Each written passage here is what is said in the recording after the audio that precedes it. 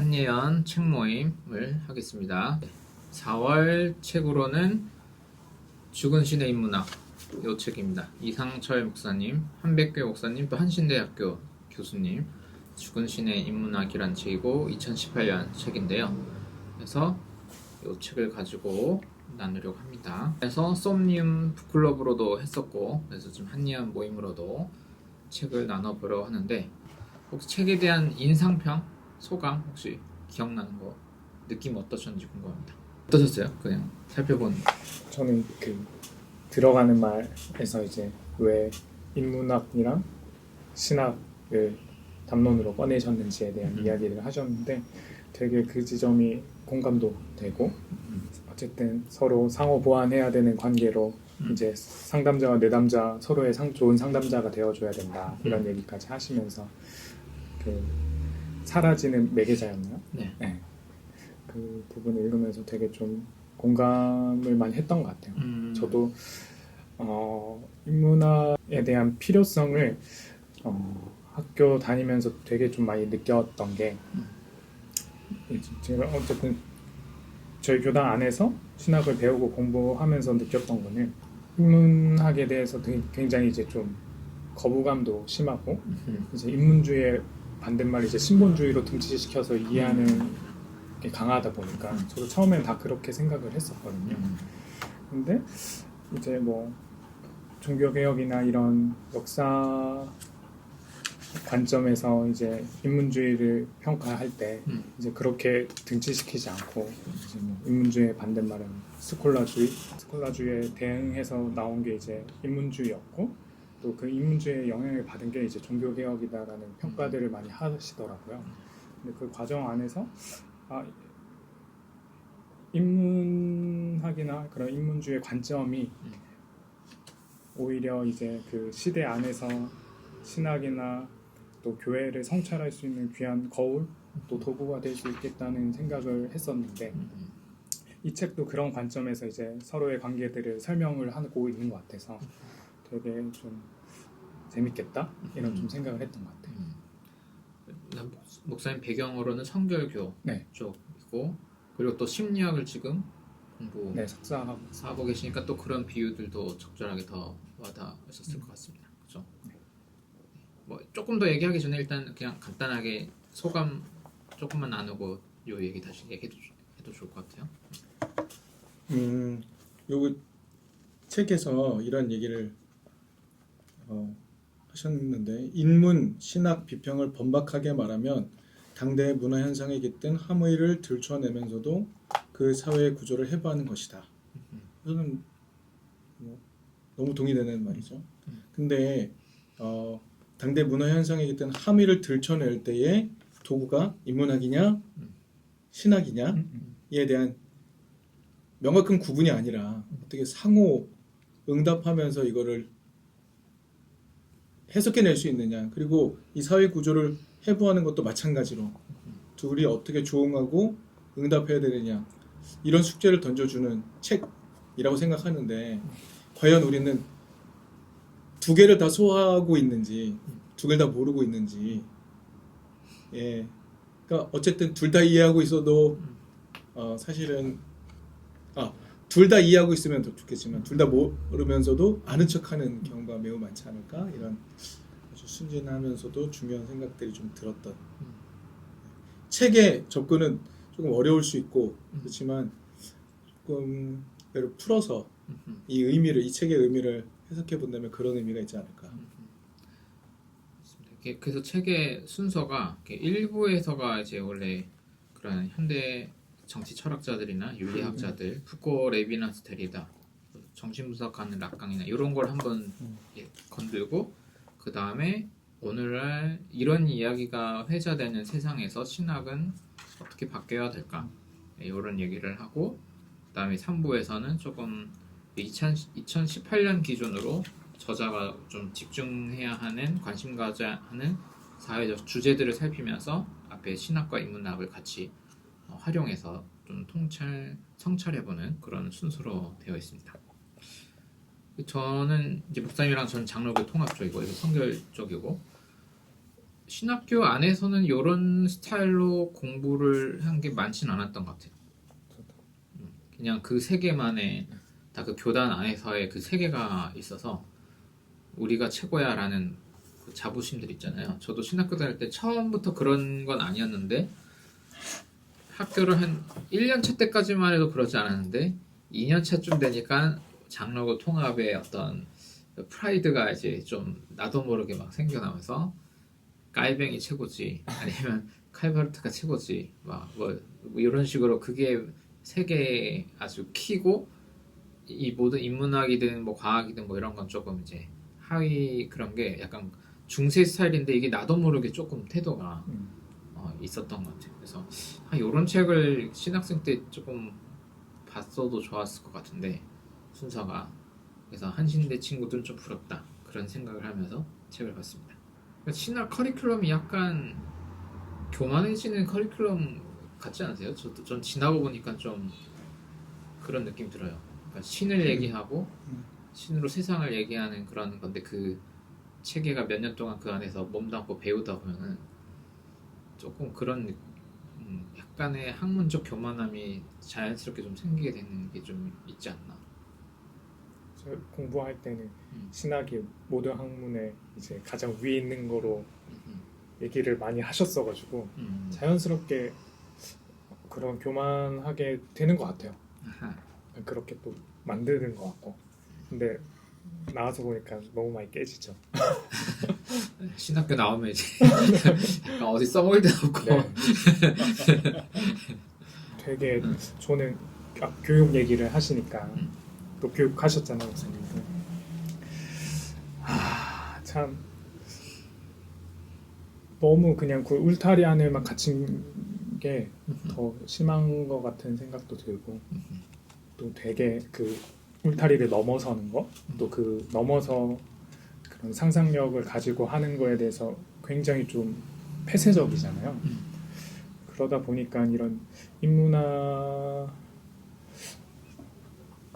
대해서 잘 접하기도 쉽지도 않고, 그러니까 학교 안에서 있는 그 커리큘럼 안에서는 되게 배우기가 좀 어려운데 예전에 그냥 저 학부 때 뭐 이재철 목사님이나 이런 분들이 목회자 되려면 세계 문학 전집을 다 읽어야 된다.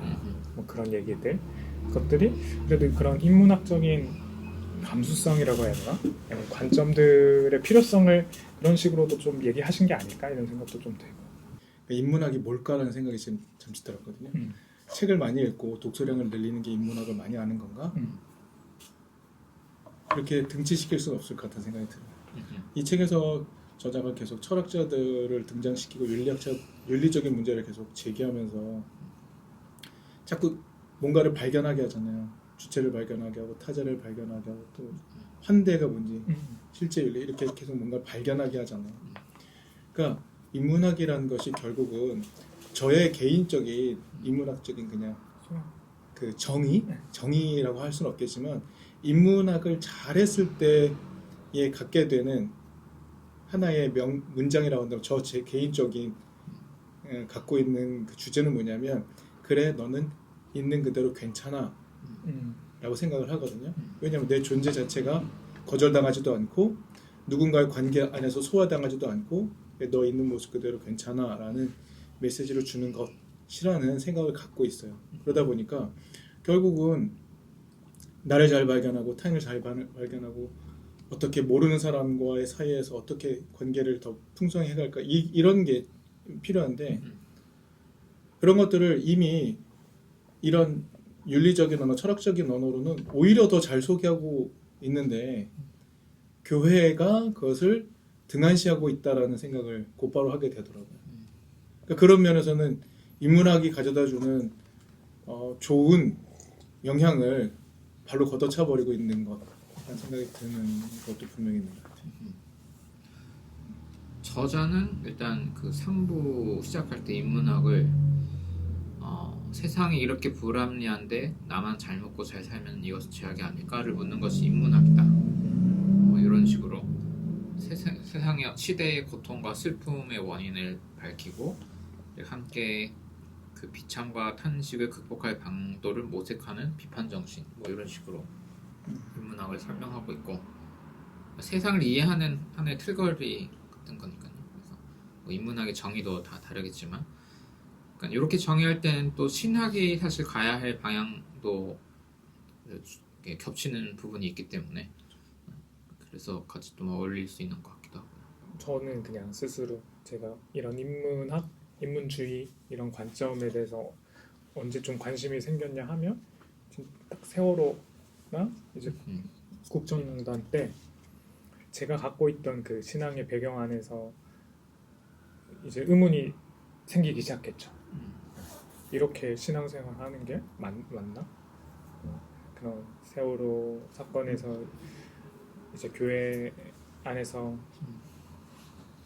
나오는 그런 설교적 메시지들이 뭐 어딘가 모르게 이제 불편함이 좀 생겼고, 또 국정농단 이제 촛불 집회나 이런 것들이 있을 때 이제 제가 있는 그 환경 안에서도, 학교 안에서도 뭐 기독파, 뭐 운동파 이렇게 나눠가지고 막 설전을 하고, 근데 그게 페이스북 안에서도 되게 그런 설왕설래가 오고 가면서 저도 갈피를 잘 못 잡겠더라고. 제가 갖고 있는 신앙 안에서 저도 골방에서 기도하는 게 필요한 것 같은데, 근데 그걸로 끝일까? 이런 의문이 좀 들기 시작했고, 그럴 때 좀 이제 이런 새로운 좀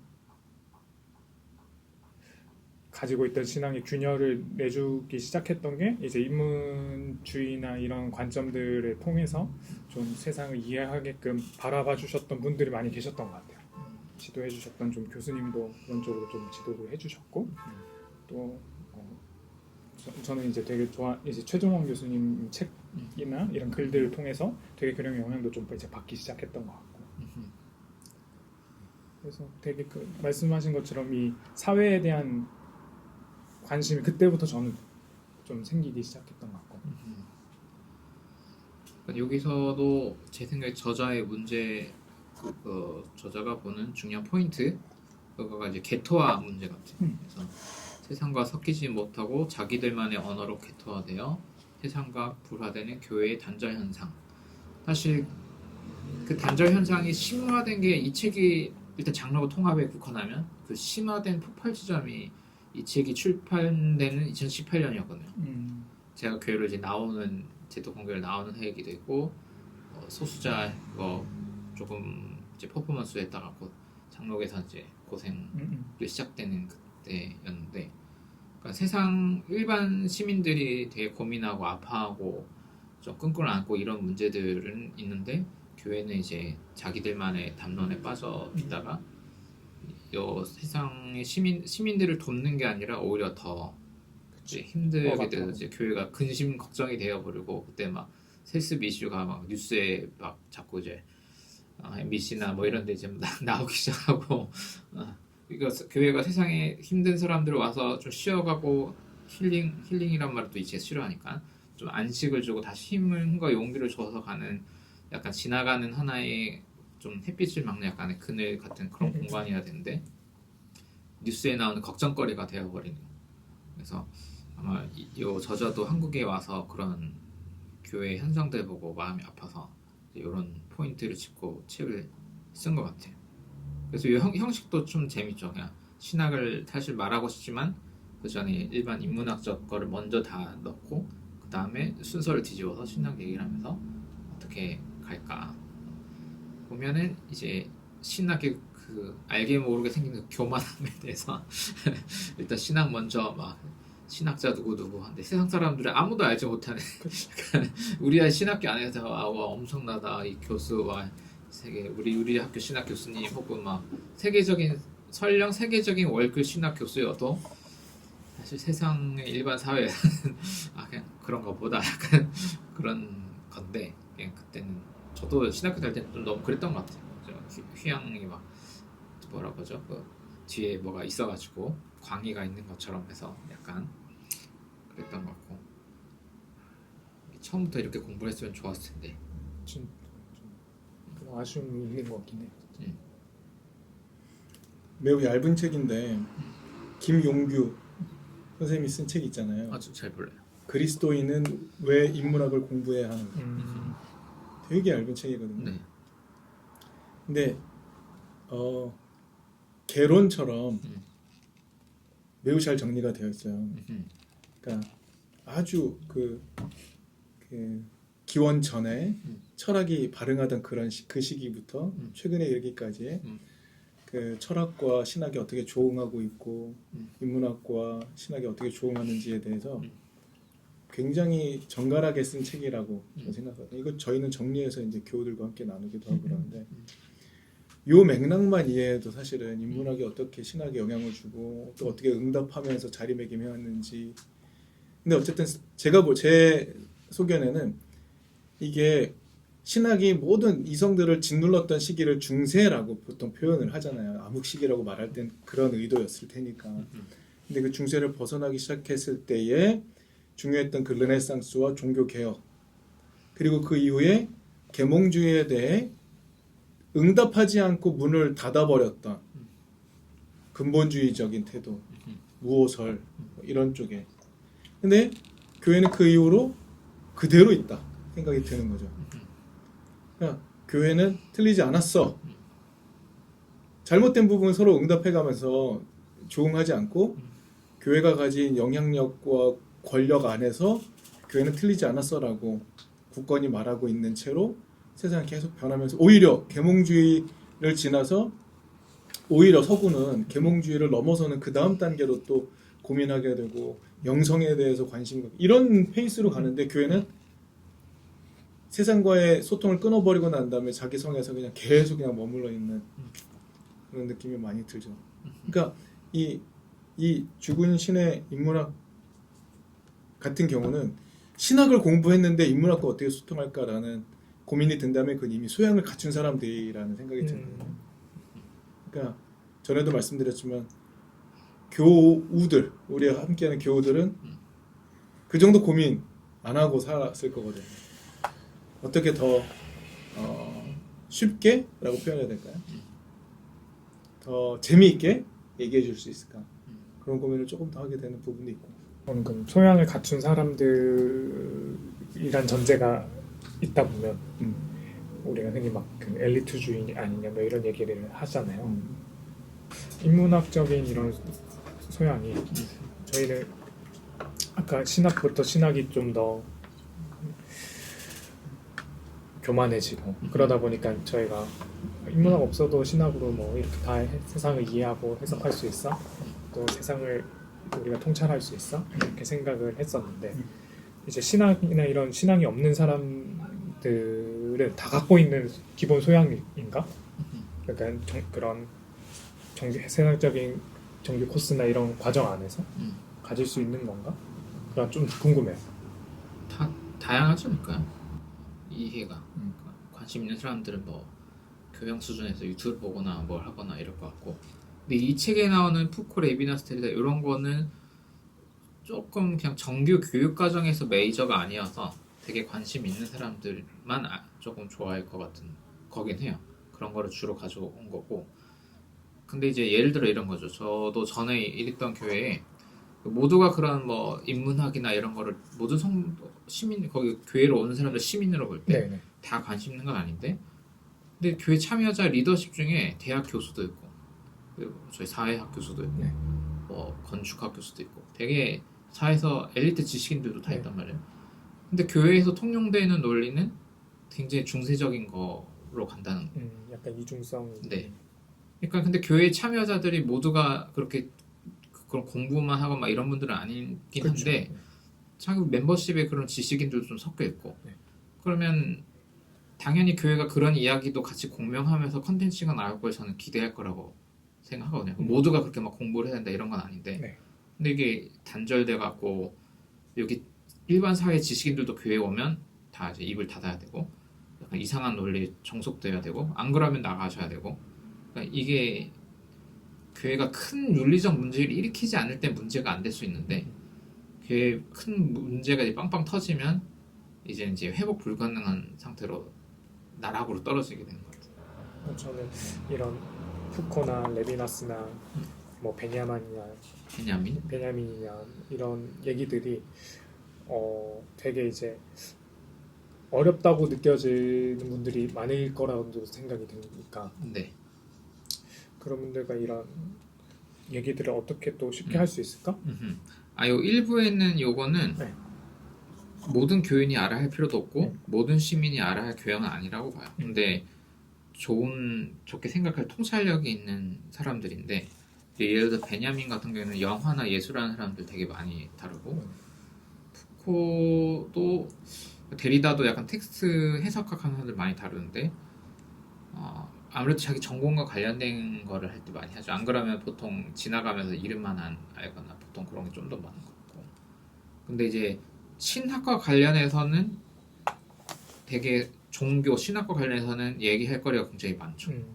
그래서 일부 담론 한번 얘기해 볼 때 포인트들은 많은 것 같아요. 어쨌든 이 책의 그 첫 출발의 얘기는 왜 교회 개신교, 특 개신교가 이렇게 개토화되었을까? 근데 카톨릭은 개토화되어도 딱히 그렇게 욕을 하고 비판하고 그러진 않잖아요. 그냥 원래 브랜딩이 개토화 어떻게 보면 좀 자기 성을 하고 그 고유 언어와 의복과 라이프 스타일 이렇게 맞추는 하지만 윤리적인 걸 따라서 사회에 약간 요 정도 한 건데 개신교는 개토화되지 않는 게 어떻게 보면은 개토화되지 않는 기독교가 정치성을 잡은 거고 브랜딩이 그렇게 간 거라고 저는 생각하거든요. 네. 근데 어떻게 보면 카톨릭보다 더 고립되고 정체화되고 막 이렇게 돼버렸을까 이제 고민이 좀 있는 거죠. 약간 세상에 대한 이분법적인 인식이 강해서도 그러지 않았을까? 그게 더 많은 것 같아요. 네. 저 조금 보수 개신교로 갈수록. 교회도 자꾸 그런 세상을 이제 악한 곳이라고 악마화시키는. 하다 보니까 더 내부로 좀 관심이나 에너지를 쏟게끔 만든 것 같고. 지난번 모임 때 네. 여기서 했던 모임 때 네. 차연이라는 표현이 참 중요하다고 저는 생각이 들었거든요. 네. 근데 여기서도 정리해 주신 부분도 있지만 신학에 적용했을 때 우리는 신을 다 알지 못한다. 아주 솔직한 언명이지만 신을 우리가 완전히 묘사할 수 없다라는 것을 긍정적으로 받아들이는 거잖아요. 네. 차연은. 근데 그 말 자체가 불신처럼 여겨지잖아요. 그러니까 그 교우들에게 전달하고 소통할 때는 우리는 하나님을 잘 몰라요. 근데 어느 한쪽에서는 하나님을 마치 다 아는 듯이 얘기하고 그 하나님이 이걸 원한다고 십자군 전쟁 때 마찬가지로 이렇게 얘기하는 목소리가 카리스마틱하게 작동하기 시작하면 이런 의심을 하고 하나님이 어떤 분인지를 탐색해가는 이 과정들이 매우 비효율적으로 여겨지는 그런 지점이 오는 것 같아요. 근데 오히려 하나님을 다 알 수 없다는 걸 인정하고 하나님을 알아감을 견지하면서 하나님에 대한 정의를 계속 뒤로 미뤄가면서 오히려 또 탐색해가는 이 과정을 중요하게 여기지 않으면 그런데 바로 휩쓸려 버리게 되는 상황인 거죠. 그러니까 그런 상황을 교회는 과연 버티며 견디며 하나님을 탐색해가는 공동체인가? 그러니까 우리는 하나님을 어떻게 이해하는가? 하나님에 대한 이미지 이런 것들도 저한테는 계속 고민하게 만드는 지점이었고 이번에 본 회퍼 영화 개봉은 이제 곧 했습니다. 그러니까 본 회퍼가 하나님 없이 하나님 만나서 제가 기억하기로 하나님 없이라는 말은 하나님은 계신데 하나님이 안 계신 것처럼 이라는 의미로 저는 기억을 하거든요. 무신론적인 태도가 아니었던 거죠. 과연 보네포의 그런 언명은 차연의 컨셉을 생각해 본다면 우리는 하나님을 다 몰라요. 그러니까 하나님이 계신데 우리는 하나님을 잘 모르니 하나님이 없이 계신 하나님으로 하면서 그 하나님 안에서 어떻게 하나님을 계속 발견해가면서 어떻게 이 시대에 어떤 삶을 살까. 그래서 결국 자기가 선택했던 거는 그 암살을 통해서라도 그 상황을 타개하려고 했던 이런 결단이 나오는 이런 과정들을 거친 거잖아요.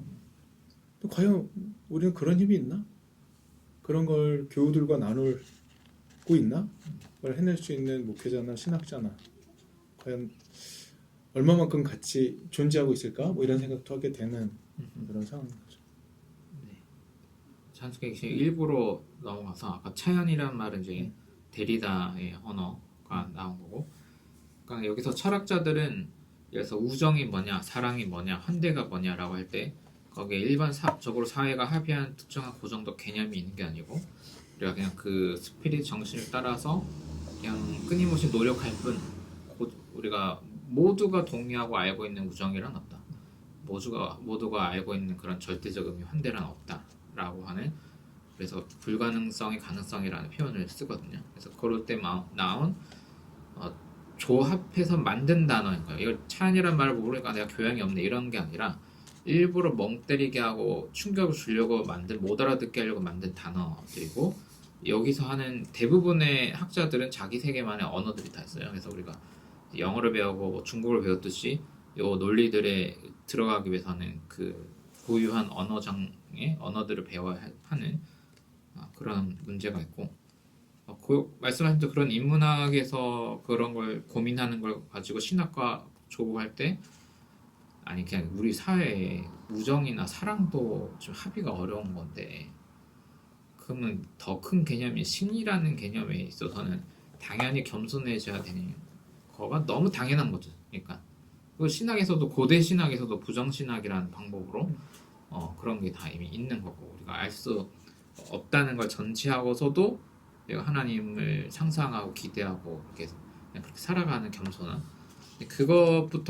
그거를 출발점으로 삼아야 되지 않냐라고 하는 인사이트를 좀 가질 수도 있는 거죠. 너무 교회 현장에서는 얘기해 주신 것처럼 그런 의심이나 이런 태도에 대해서 부정적이고, 이제 확신을 가져야만 또 확신을 강조해온 분위기고 지금도 그렇다고 생각을 하거든요. 그래서 참 이게 이런 그런 무드가 바뀔 수가 있을까? 이런 생각도 좀 들고. 어렵죠. 그러니까 여기 나오는 인문학자들 책은 다 어려워요. 사실 어려운데 딱 이렇거든요. 저도 좀 그렇다고 기장이라고 해서 거기에 미래가 있냐? 거기 요 민중신학 뒤에 얘기했지만 거기에 뭐 교회의 가능성이 있냐 하면 죄송하지만 엄청 막 그렇게 느껴지진 않거든요. 사실은. 그러니까 설교할 때 이걸 또 안 좋게 비판하는 거예요. 왜냐 제가 엄청 욕먹었던, 오랫동안 욕먹어서 제가 지금 이제 바꾸려 노력한 건데, 설교 하는데 막 데리다 나오고, 근데 저도 그렇게 설교했었어요. 막 차연 나오고 막 이렇게 하면 사람들 이제 시험에만 들지, 막 물론 아닌 경우도 있겠지만 이게 교회 공동체를 이렇게 뭔가 대의가 조금 쉽지가 않긴 한 것 같더라고요. 그래서 이럴 수 있어요. 차라리 이런 교회분들 이런 공부 모임 원하는 분들 조금 어렵게 깊이 있게 하고, 또 요걸 토대로 뭔가 다른 종교의 가능성을 가진 언어를 준비한다거나 좀 그런 것들이 필요할 수도 있는 것 같고, 좀 재미났던 사람 있어요? 푸코, 레비나스, 데리다, 뭐 락강 뭐 이렇게 나오는 사람 중에 그런 건 있었어요. 친구 목사님들에게 책 얘기 소개하고 할 때 레비나스 책 혹시 보려면 무슨 개론서 필요하냐 뭐 이런 식으로 좀 이렇게 흥미 가지고 궁금해하는 친구들이 있더라고요. 이런 책 소개하고 할 때. 그렇게 될 때 되게 숨기는 것 같아요. 그러니까 신학에만 너무 몰입되어 있던 사람들에게 이렇게 같이 뭐 여러 장르가 섞여 있는 이 책을 소개하면은 보다가 같이 공부해야겠다 뭐 이런 식으로. 근데 죽은 신의 인문학이 네. 약간 이제 넘기 힘든 허들이 있다 라고 느껴질 수도 있을 것 같아요. 근데 아까 그 김용규 선생님이 쓴 그리스도인은 왜 인문학을 공부해야 하는가 책은, 그런 책은 네. 그런 책이 사실 입문서처럼 한번 쓱 읽어봐도 네. 이런 공부가 더 필요하네? 그러면 그 다음에 단계로 넘어갈 수 있게 해주는 디딤돌 정도 될 것 같다는 생각이 들거든요. 네. 그러니까 사실 그 공부조차 안 했던 거 아닐까? 우리들이. 그러니까 왜 인문학, 어떤 인문학이 어떻게 각 시대와 조응하면서 어떻게 발전해 왔는지도 발전 과정을 모르면서 계몽주의가 어떻게 시작됐고 과학혁명이 어떻게 일어나게 됐고 이런 것들에 대한 의미를 모르면서 어떻게 얘기를 할 수 있겠나 생각이 들죠. 저는 그런 건 있어요. 신학을 그래도 다들 조금 했잖아요. 신학을 했는데 막 신학 공부를 하려면 고대 아구스티누스부터 시작해야 된다거나 아퀴나스부터 해야 된다거나 이런 거 되게 이제 안 좋게 보거든요. 막 공부하려고 하면 막 그러니까 인문학도 푸코 관심 그냥 푸코 보면 되지. 또 막 또 어디서부터 또 막 플라톤부터 갑자기 또 이렇게 장단점이 있는데 너무 거대 담론으로 하면은 오히려 스타트를 못하게 하는 것 같고 사실은 공부를 하거나 물론 푸코 전공자나 레비나스 전공자 이런 사람들 보면 정말 싫어하겠지만 엄청 별게 있는 건 아니라고 생각하거든요.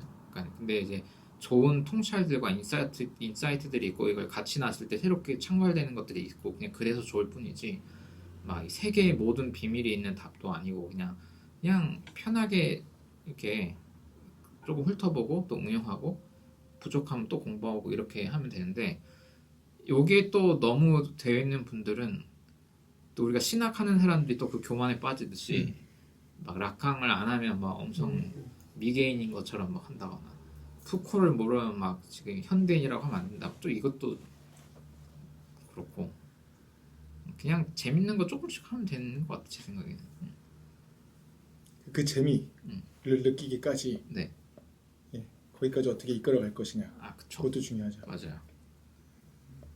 푸코 같은 경우에는 이제 성소수자 정체성 가진 철학자 그리고 여기도 나오지 주체라는 문제 그러니까 이제 정신병 그거 사람들 하는 거 역사부터 감옥의 역사 뭐 이런 걸 쭉 개보학처럼 싹 훑어가지고 하는데 푸코도 아마 저 일한 여기 솜님에서 푸코 책 한번 할 것 같긴 한데 재밌는 게 그 우리 신학교 다니면 수도원처럼 약간 몇 학기 뭔가 집단 생활로 훈련하잖아요. 몇 시에 일어나서 뭐 해야 되고 이게 인간 사회에서 그런 권력이 작동되는 메커니즘이 이제 정교화된 게 그런 교회로 수도 약간 그래서 자발적으로 그런 라이프 스타일을 좋아하게 만들 수 있는 구조적인 그런 거.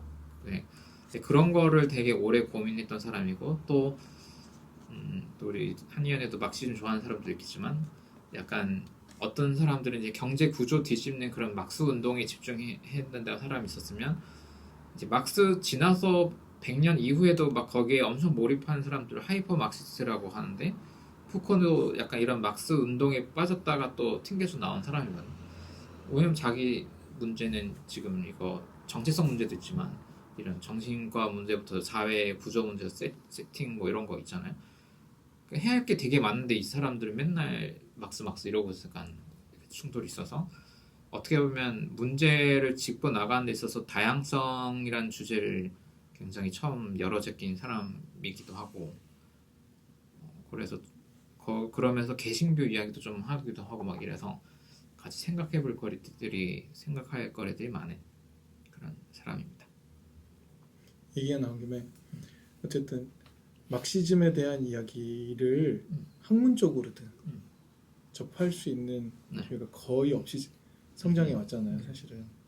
그리고 신학을 하면서 막스가 이야기하는 바가 뭔지를 모른 채 빨갱이, 이데올로기 여기로만 생각해서 아예 컨텐츠 자체에 접근을 하지 않은 채로 지나왔단 말이죠. 근데 사실 막스를 모른 채 지금 시대의 경제든지 사회 구조들을 이해하기는 어렵지 않습니까, 사실. 근데 그런 면에서 꼭 필요한 공부조차 못한 채 세상 속에 살아가는 사람들한테 신앙을 가져라라고 얘기하는 게 그러니까 여기서 인문학 신학 연구가 사실은 사회 구조를 이해하고 문제를 어떻게 해결해갈지에 대한 고민을 하게 하는 건데 구조가 뭔지도 모르고 문제가 뭔지도 모른 채로 좋은 게 좋은 것으로 머물러 버리게 만드는 그런 것 같아요. 그래서 최소한 그 공부를 할 수 있게끔 신학교는 최소한 그 공간을 열어놔야 되는데 그것조차 안 되죠. 교회 영향력 안에 있으니까. 장신대 같은 경우에는 지금 뉴스에 나오는 신학 교수들이 좀 있죠. 구구 막 이렇게 막 해가지고 그분들이 제가 신학교 다닐 때쯤부터 갑자기 학교 게시판에 막스 비판 엄청 올려 신약학 교수들 특히 그분들이요? 네, 그 구구 라인에 서 있는 신약학 교수들이 완전 고립된 언어로 신학만 하다가 또 갑자기 또 어떤 사회적 이슈 아까 세월호라든지 이런 터질 때 또 굉장히 뭐랄까요 이 세상과 소통할 수 없는 극우적 그런 막시즘이 세상을 망치고 어쩌고 하는 그 비판글을 막 올린단 말이에요. 신학생들은 신학 공부하느라 바빠서 그것도 아직 사회주의가 뭐지 막스주의가 뭐지 막 헷갈리는데 교수들이 막 나서 좀 이상한 애들이 막 이러니까 더 거기 빨려가는 친구들만 좀 있기도 하고. 근데 약간 조금 건조하게 막스 그걸 좀 객관적으로 설명해주고 한계도 설명해주고 막 이렇게 하는 공부가 일단 필요한데 또 이쪽에서는 또 너무 또 막스주의 좋아하는 분들은 이게 막 사회 우리의 엄청난 큰 비밀인 것처럼 막 이걸로 안 가면 큰일 나. 이런 것도 조금 그렇긴 해요. 사실 제 입장에서는 너무 막 막스가 악마처럼 막 하는 것도 좀 그런데 또 자본주의 당장 내일도 빨리 끝내야 돼. 우리 여기로 가야지. 이렇게 막 하는 거기도 좀 부담스럽고 그러니까 일단은 그냥 편하게 공부를 할 수 있는 그런 장이 좀 있어서 근데 혹시 그렇게 그러니까 막스주의를 잘 배워서 자본주의를 끝장내야 돼라고 얘기하는 사람이 교회 안에? 아니면 아니 교회 또 하나 있죠 사회 사회에서? 비판가들이 특히 여기 정치 철학자들 중에는 그런 경제적 접근은 아니지만 막시스트들이 많아요. 사실 이분이 이 책에서 많이 얘기하는 지젝이라는 사람이 그래서 잘 커뮤니스트라는 말을 쓰거든요. 그런 그때처럼 경제 구조는 아니지만 어쨌든 철학적 입장에서 공산주의자들이에요. 그러니까 그런 사람들도 있고 아니면 진짜 경제로 하는 막시스트 사람들도 있고 좀 다양하게 있죠. 뭐 물론 주류는 아니지만.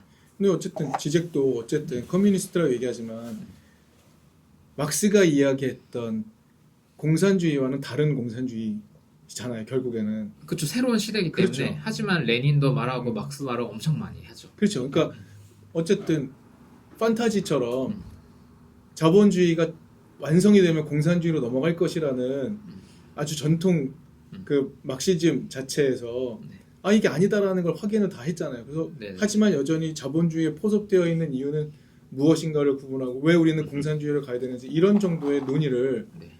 지젝이 결국 지젝도 사실 목사님 그때 같이 얘기했지만 기독교 신앙에 대해서 긍정적인 언어로 같이 소통하고 대화해야 된다는 표현들을 한 거로 제가 그게 사실 되거든요. 문제의 포인트인데요. 저는 저자랑 생각은 좀 다르긴 해요.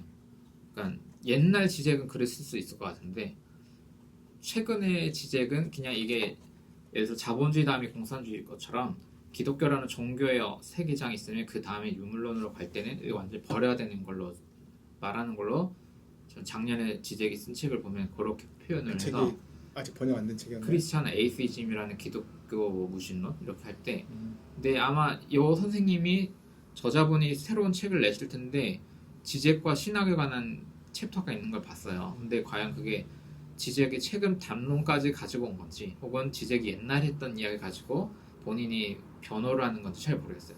근데 그 부분에 있어서는 조금 약간의 비판적 거리를 가지고 저는 그럴 수 저는 뭐 그 독자님의 스탠스가 저는 좋다고 생각이 드네요.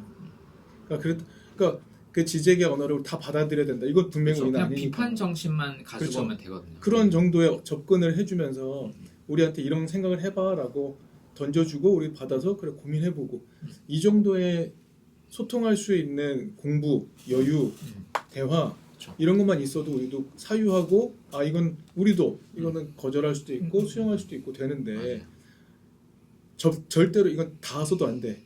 왜? 난 모르니까. 또 있고 마치 그러니까 뭐 극우적인 교수들처럼 모르면서 자기들은 아무것도 모르면서 막스주의에 대한 정의가 뭔지도 설명해주지 않은 채로 그냥 무턱대고 까대는 것들을 그대로 학습해버리게 하는 그런 문화들 속에 여전히 노출되어 있는 거죠. 그러니까 그 너무 감정이 세게 붙어 있는 것 같아요. 여기 있는 그 공산주의 혹은 푸코의 뭐 성소자 정치성 문제부터 해서 뭐 그런 자본주의에 대한 감정 뭐 이런 것들이 너무 세니까 이게 조금 편하게 대화하기조차 좀 어려운 것 같아요. 근데 이렇게 아예 대화하기조차 안 되게 되면 감정은 가만히 있는 게 아니고 더 세지잖아요. 그러니까 더 결집력이 세지면서 약간 이제 이게 중간에서 입문하려는 사람들은 더 쉽지가 않게 되는 것 같아요. 더 쪼개져가지고. 근데 어쨌든 갈등이라는 걸 해결하기 위해서는 각자가 사용하는 언어와 말하는 바가 뭔지를 진중하게 듣는 작업을 해야 되는 건 분명하잖아요. 정치도 마찬가지예요. 정치도 어쨌든 갈등의 조율인데 제가 말하는 건 무조건 반대야. 이게 지금 기본적 스탠스잖아요. 개인과 개인, 개인과 집단, 집단과 집단이 어떤 얘기를 하는지를 안 들은 채로 내 얘기가 더 힘을 얻도록 하기 위해 파시즘적인 작동 방식을 구현하는 게 지금의 그래 그 방식이 옳아라고 계속 학습하고 있는데 어떻게 소통이 되겠는가. 교회조차도 그 방식을 쓰고 있는데 그게 편하고 효율적이고 내 세를 불리고 내 배를 불릴 수 있으니까. 그러니까 서로 다른 생각들을 재미있고 자유롭게 이야기할 수 있는 장이 없다는 거. 우리는 살롱도 없고 어떤 광장도 없고 우리가 이런 상황에 놓여 있고 상대방을 타자를 발견하고 타자를 환대할 수 있을 만한 여유도 없고 주체 나는 어떤 사람인지도 모르고. 그러니까 우리를 성찰할 수 있게 하는 그 시간적 여유와 공간적 여유를 다 제거해 버린 상태로 계속 몰아붙이고 있다. 그러니까 이거를 인지하지 않으면 그래서 이거를 어느 시점에선가 생각할 수 있는 기회를 줘야 돼. 공간을 줘야 돼. 그래서 뭐 기본 사회가 돼야 돼. 저는 그럴 때 거기에 대해서는 종료할 수 있어요. 우리가 좀 더 여유를 갖게 하고 서로 대화할 수 있게 이런 모임을 할 수 있게 하는 여유를 만들어내지 않으면 우리는 계속 그렇게 될 수밖에 없다는 생각이 드는 거예요. 공부하지 않으면. 근데 그런 기회를 안 주죠. 2부나 3부로 넘어갈까요? 그래서 아까 얘기한 신 없는 신학, 뭐 무신론자의 믿음 이런 표현들. 어쨌든 그 큰 흐름은 앞에 있는 푸코, 뭐 락강도 그런데 비종교인으로 자기를 소개하거든요. 자기 이제 신앙 뭐 이런 거 아닌데 성경 얘기를 또 많이 써요. 이 정신 분석학이 발달할 때 성경 어쨌든 기독교 문화와 이 언어가 유럽 세계에서 약간 정신 세계 토대 같은 거다 보니까 그런 것 같고 지식도 사실 자기가 그런 입장이 아닌데도 이런 걸 많이 가져오고 그러니까 여기 소개되는 민주신앙 교수 목회자분들이 또 많이 가져와서 이렇게 장점 이렇게 코드가 그렇게 되어 있는데 그래서 여기서 설명하는 무신론자도 오늘날에는 오직 무신론자들만이 기도할 것이라는 게 이 책에서는 정확히 설명이 안 되어 있는데 데리다의 말을 지잭이 인용한 거를 이 책 저자가 인용을 하면서 막 이렇게 얽혀 있어요 사실은. 근데 이제 데리다는 자기가 이제 이 언어를 설명할 때 내가 알 수 없는 부분이 있고 내가 알고 있는 자기 인생 경험과 자기 철학적 그것과 모든 게 얽혀 있는 상태에서 그냥 그거 기도하는 거를 이렇게 말하는 거다. 사람들이 자꾸 기도 왜 하냐, 뭐 무슨 의미냐, 당신이 이제 해치 철학을 한 사람이 물을 때 말하고 싶지 않지만 그냥 나는 그 안에 내가 이해한 여기서 그냥 이렇게 하는 것 뿐이다라는 데리다의 인터뷰 영상이 있어요. 예. 그냥 어떻게 보면 겸손한 표현일 수도 있고 해체적 표현일 수도 있는데 그거를 근데 지잭은 조금 더 공격적인 무신론이라고 저는 이해를 하고 있고 데리다보다는 그런데 여기서 이 무신론이라 언어를 가져온 이유는 여기 너무 현실 도피적이고 막 이런 거 말고 이 세계를 긍정하면서도 현실에 뿌리를 둔 활동가로 실천하자라는 의미의 무신론으로 저자는 이 언어를 쓰고 있죠. 근데 이제 무신론인 말도 그 안에 층이 워낙 많아서 어떤 무신론은 정말 기독교 자체를 혐오, 진보든 보수든 막 지금 이거 민중신학이든 뭐든 그 자체가 혐오 대상일 수도 있고 무신론의 정체성이 일단 종교가 박멸되었으면 좋겠다는 무신론자도 사실 있잖아요. 저도 기독교인 되기 전에 기독교에 대한 감정이 약간 그런 느낌이었기 때문에 그래서 무신론자의 믿음이라는 말 자체가 엄청 저한테 사실 와닿지는 않는데 참신하긴 하다. 그렇습니다. 네, 여기서 말하는 무신론과 유신론을 말할 때 그 신의 이미지를 가장 기본적으로는 Almighty God이라고 저는 생각이 들거든요. 네. 그러니까 전능한 하나님. 근데 전능한 하나님이 있다면, 전능한 신이 있다면 세상이 왜 악한가? 무능하기 때문에, 아니면 이 악을 단죄할 수 없다면 무능한 신이다. 왜 고통이 있는가? 왜 선한 사람이 고통을 받는가? 에 대한 문제를 아무런 문제도 해결하지 못하는 그곳에서 신의 종말을 이야기하고 신을 부정해버리는 거라고 저는 이해를 하고 있어요. 네. 그럼 결국 신에 대한 이해가 전능이라는 코드를 전제하면서 그런 신은 없다. 그런 신은 존재하지 않는다. 이게 되어 있는데 오히려 우리가 새롭게 발견하는 내가 새로 만난 하느님 같은 책에서도 마커스 그렇고, 보고? 마커스 보고 책에서도 네. 그렇고 결국 신 자체가 세상의 모든 문제를 해결해내는 해결자로서의 신, 전능을 상상하는 그 신을 벗어나서 네. 모두와 어디에나 누구와 함께 있고 그리고 사랑이 있어서 전능한 그러니까 전능이라는 말이 문제 해결의 능력의 전능이 아니라 사랑에 있어서의 무한한 힘을 가진 만약에 이런 이해로 변한다면 좀 다른 접근이 가능할 거라는 생각이 든다. 네. 현대 신학은 그렇잖아요. 사실. 근데 결국 그런 얘기를 교회에서는 안 한다. 네네네. 그리고 신학교에서도 안 한다. 신학교는 하겠죠. 근데 신학교에서 하겠죠. 신학교에서 만약에 누가 신대원 졸업하고 나왔어요. 목회 현장으로 들어갔어요. 하나님을 어떻게 설명하고 있는가? 가만히 이렇게 뭐 이렇게 쉽게 말해 뭐 리서치를 해보면 우리는 하나님을 어떻게 설명하고 이해하냐면은 기도하는 대로 들어주시고 뭐 이런 식의 네. 유신론 이해를 그렇게 하고 있다. 뭐 이런 생각도 들기도 하고.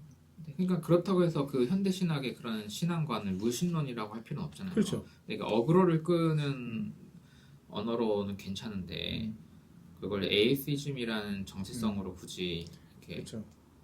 할 그러니까 필요는 없고, 근데 이제 처음 문제 제기를 던지기 위해서는 좀 좋은 것 같아요. 제가 이게 여기 조금 기장이나 이런 거 익숙한 지적이나 이런 거 익숙한 친구들은 제가 교회도 다니고 기독교인에도 이런 표현을 하는 거가 좋은가 봐요.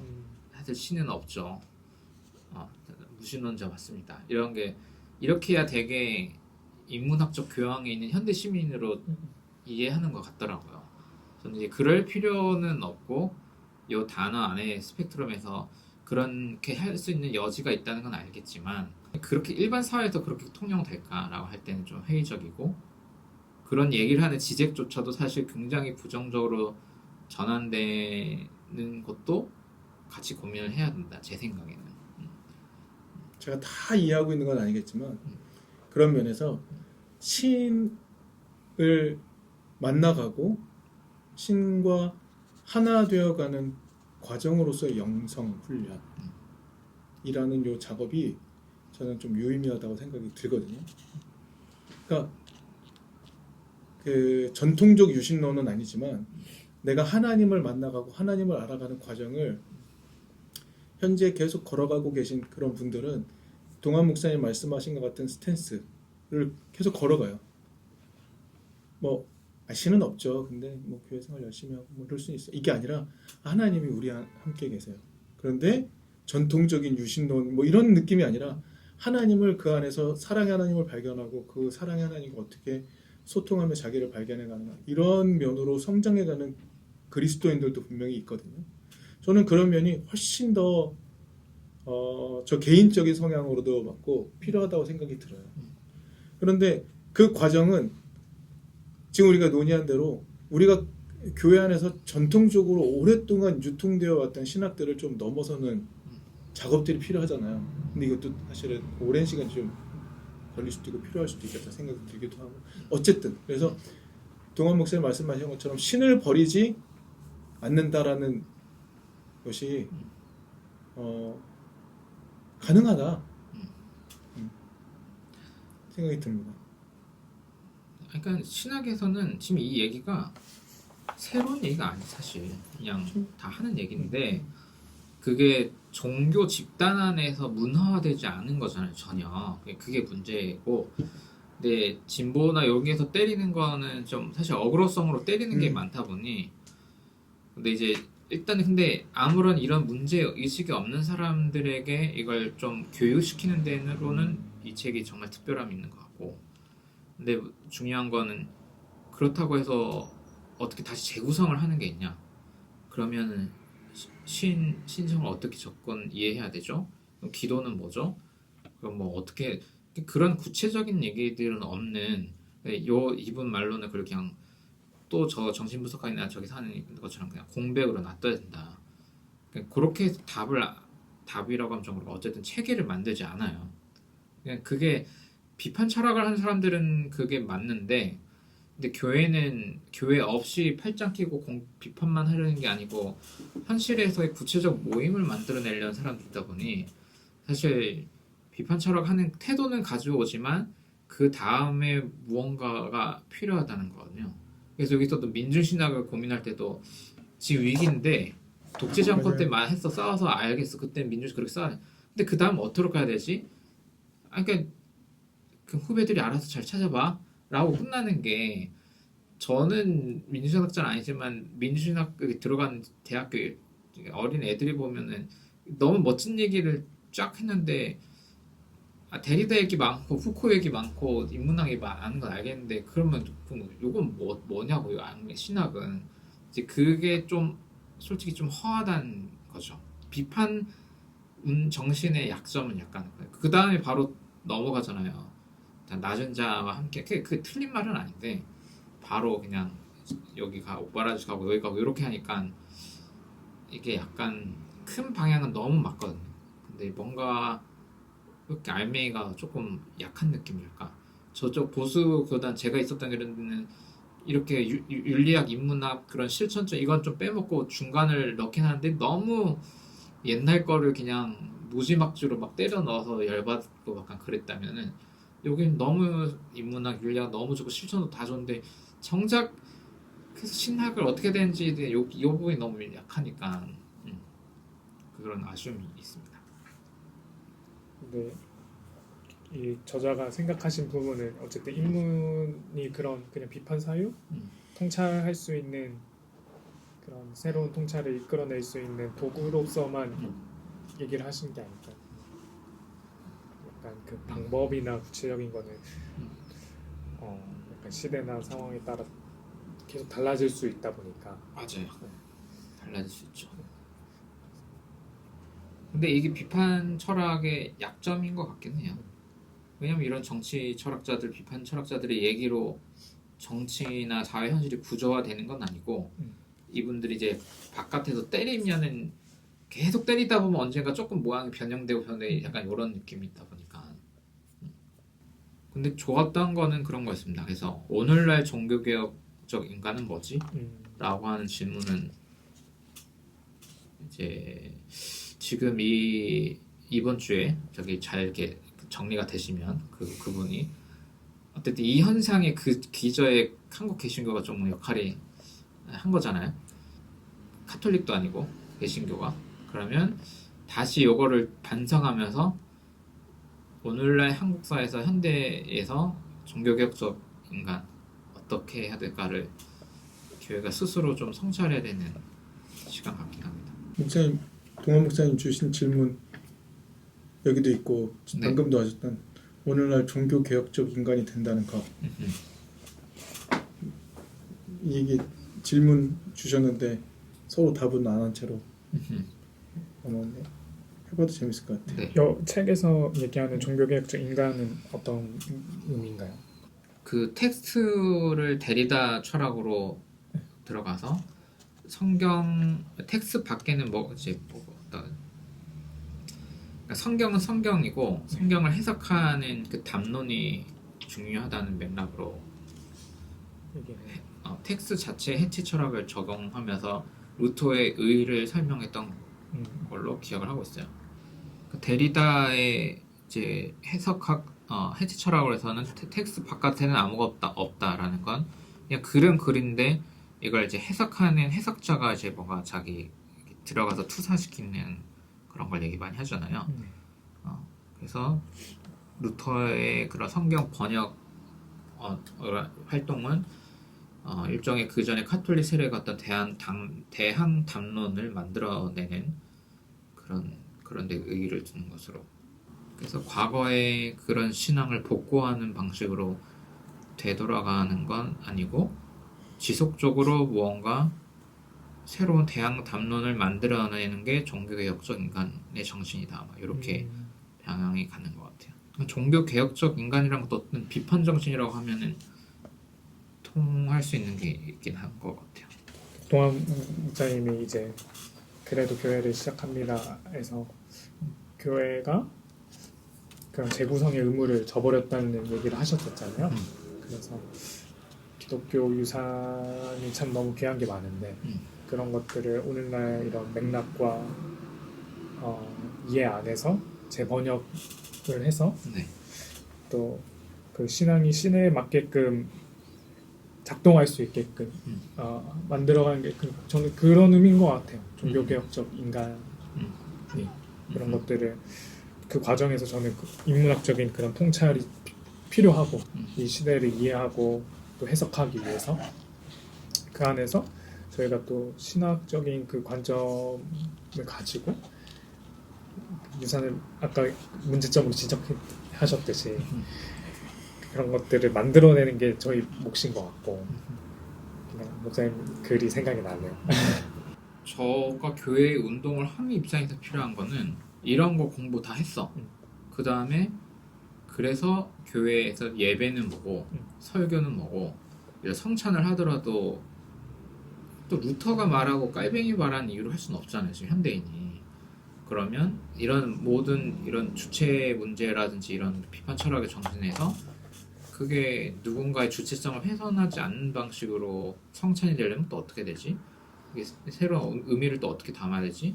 교회의 도구에 관한 이제 좀 긍정 언어로 새로운 내용이 확신의 언어를 하자는 건 아니고 현대 시민이면서도 종교 공동체에 참여하고 싶은 사람들을 위한 그런 컨텐츠에 에너지를 쏟는데 좀 더 많았으면 좋겠다라는 거죠.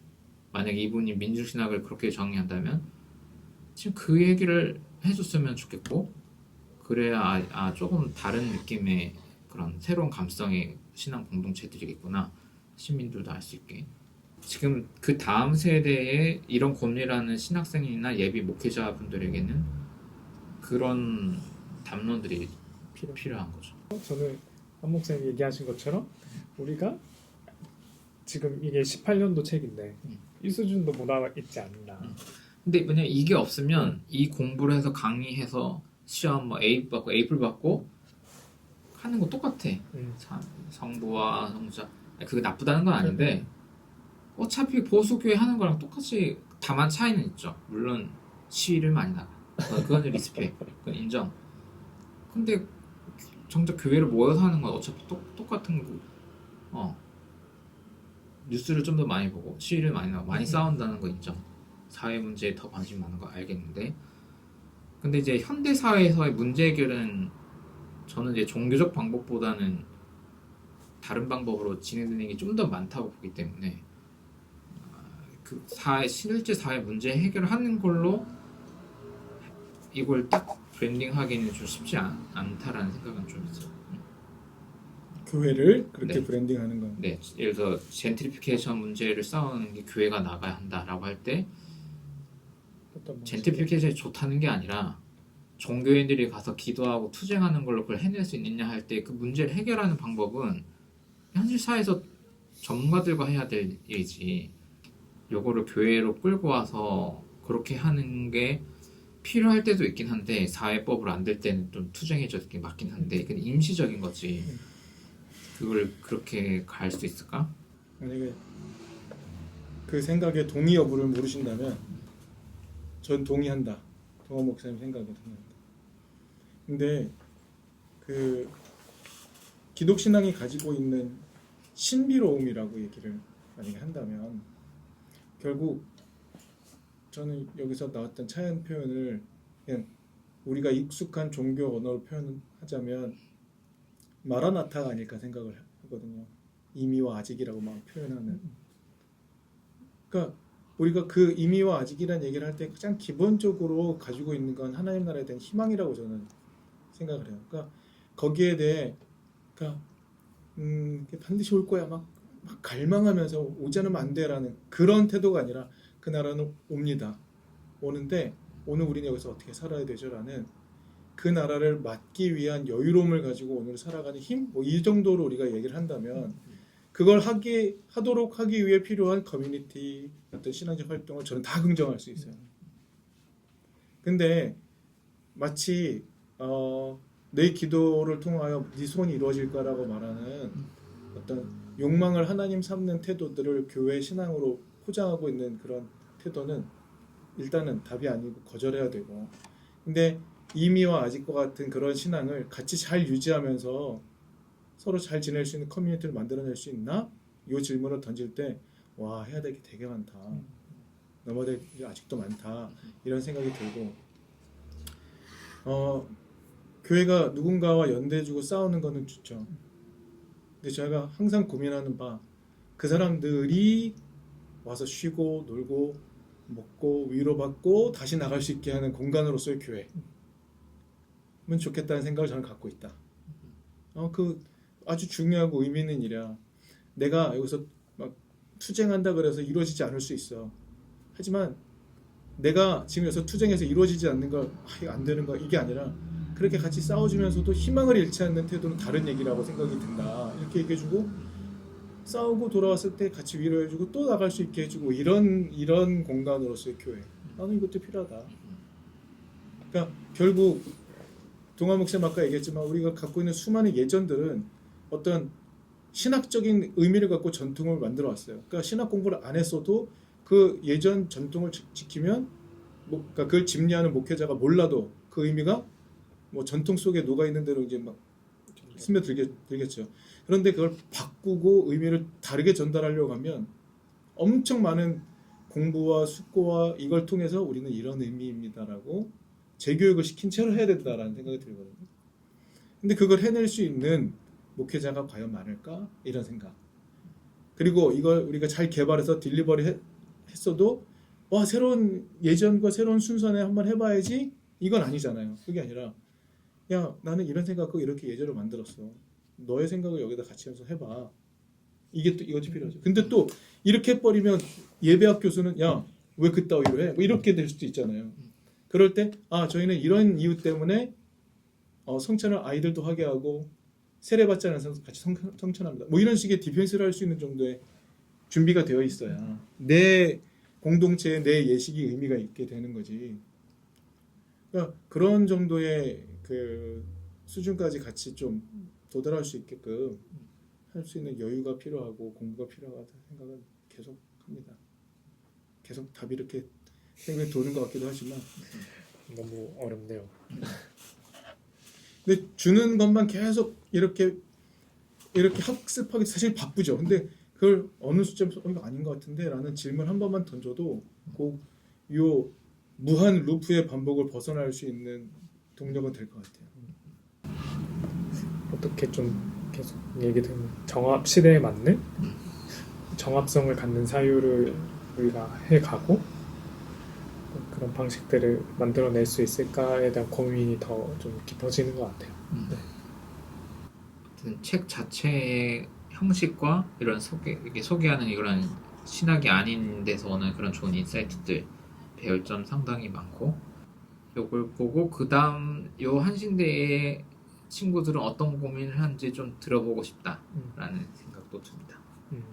그 다음 단계로 나가야 하는데 기회가 있으면 더 같이 그 친구들과 얘기해보면 좋겠네요. 일단 오늘 이렇게 마무리 하겠습니다. 마치겠습니다.